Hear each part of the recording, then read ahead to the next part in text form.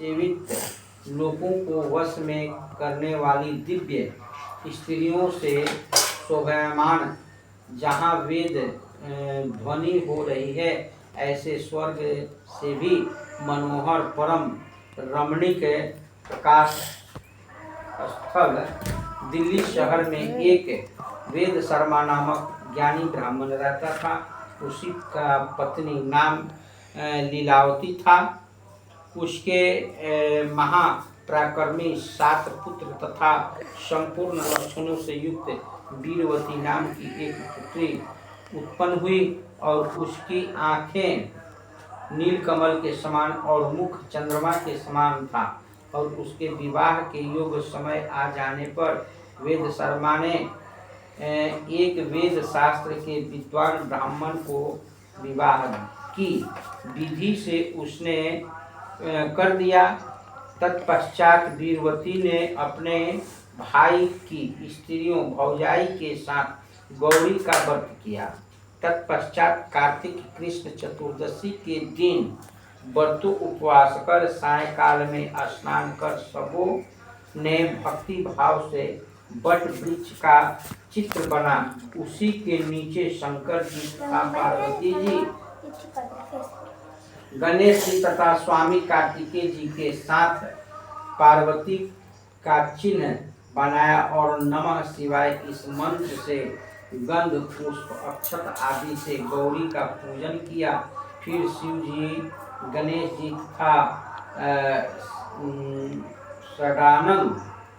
षडानन का अलग अलग पूजन करती हुई पकवान अक्षत तथा दीप से युक्त इस करवा और गेहूं के पिसान और गुड़ से बना नैवेद्य ठेकुआ एवं की भी प्रतीक्षा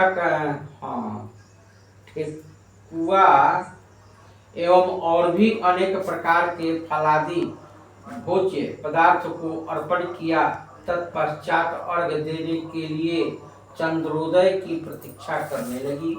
इसी बीच में वह बाला वीरवती भूख प्यास की पीड़ा से मूर्छित हो पृथ्वी पर गिर पड़ी। तब उसे रुदन करने लगे।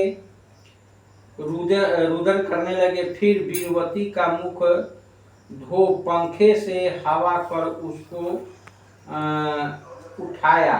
फिर चंद्रमा की निकलने ही वाला है और उसका भाई चिंता कर एक महान वट वृक्ष पर चढ़ गया कि बहन के प्रेम से दुखी उसका भाई जलती हुई लुकारी से चंद्रमा का बहाना कर दिखाया।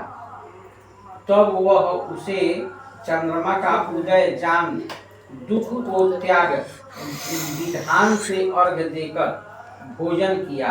इस प्रकार व्रत को दूषित होने के कारण उसका पति मर गया।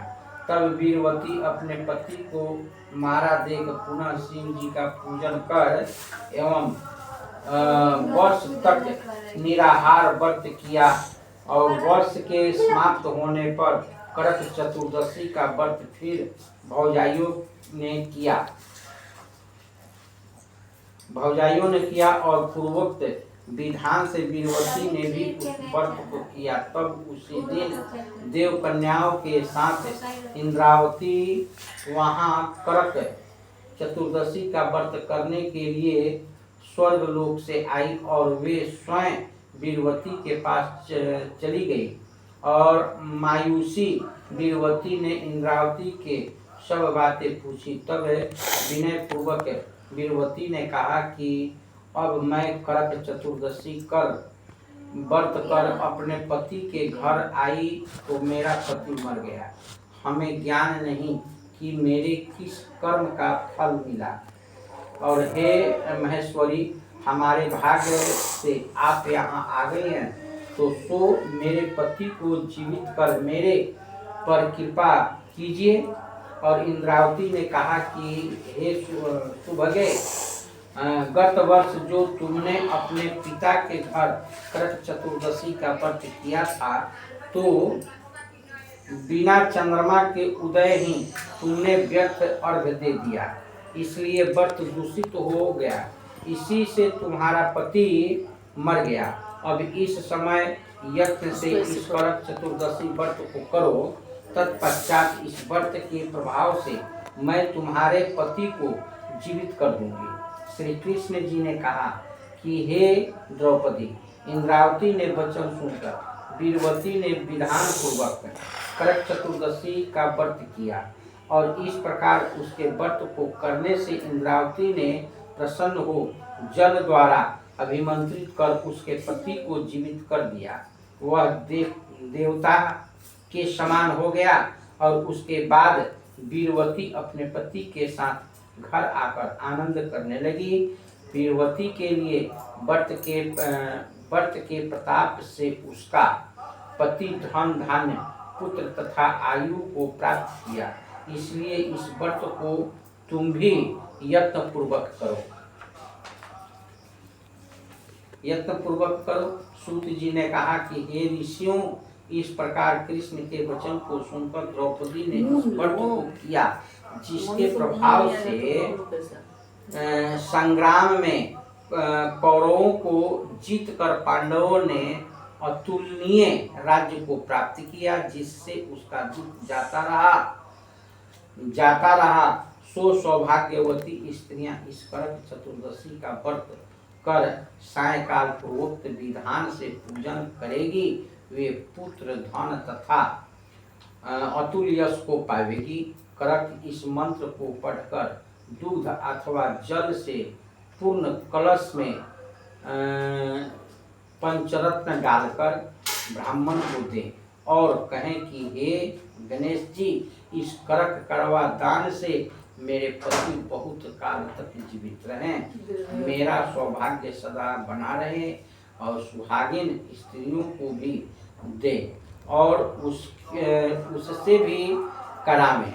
और इस प्रकार के व्रत को सौभाग्यवती इच्छावली जो स्त्री करेगी वो सौभाग्य तथा लक्ष्मी को पावेगी।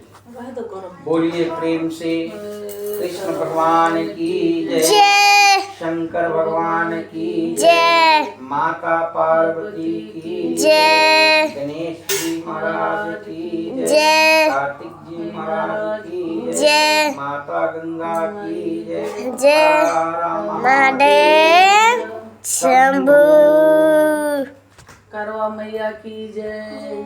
अब चलिए 8:45 हो गए। वो अच्छा चढ़ा ले वहाँ वीडियो बनी है।